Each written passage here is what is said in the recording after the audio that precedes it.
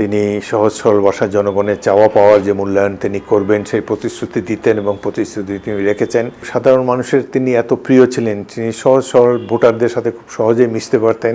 4টি জাতীয় সংসদে আমি বেগম জিয়ার সহকর্মী ছিলাম এবং 2001 সালের নির্বাচনের কথা মনে আছে। সেটি আমাদের জন্য ভয়াবহ নির্বাচন ছিল।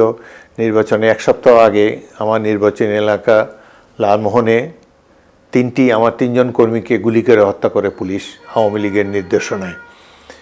আমার সেই শহর লালমোহন এবং তজুমুদ্দিনের শোকাবহ এক পরিবেশ। রাত 1টার সময় বেগম জিয়া এলেন আমার নির্বাচনী এলাকায়। জনগণ অপেক্ষা করে আছে গভীর রাতে, ঘরে ঘরে কালো পতাকা উঠছে।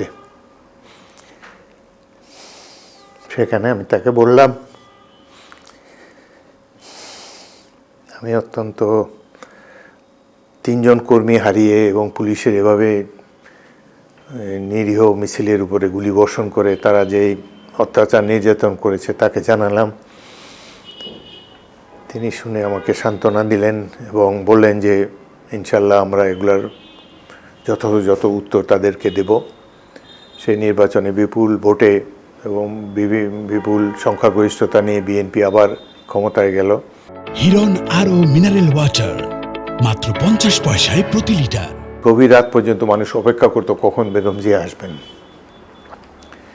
এবং তিনি সহজ সরল ভাষায় কথা বলতেন। তার সবাই কোনো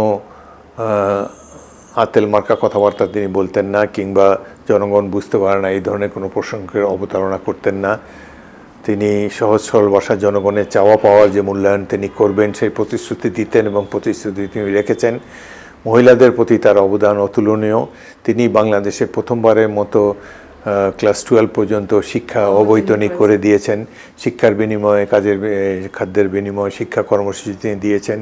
নানাভাবে অবহেলিত নারীদেরকে তুলে আনার জন্য তিনি পরিশ্রম করেছেন এবং সাধারণ মানুষের তিনি এত প্রিয় ছিলেন, তিনি সহজ সরল ভোটারদের সাথে খুব সহজেই মিশতে পারতেন। এবং তার পরিক্রমা সকাল 8টা থেকে শুরু করে গভীর রাত 2টা, 3টা, 4টা পর্যন্ত একের পর এক তিনি মিটিং করে যেতেন। নদীর পাড়ে, জনপদে, মাঠে, সবখানে মানুষ তার কথা শোনার জন্য অধীর অপেক্ষায় তারা থাকতো।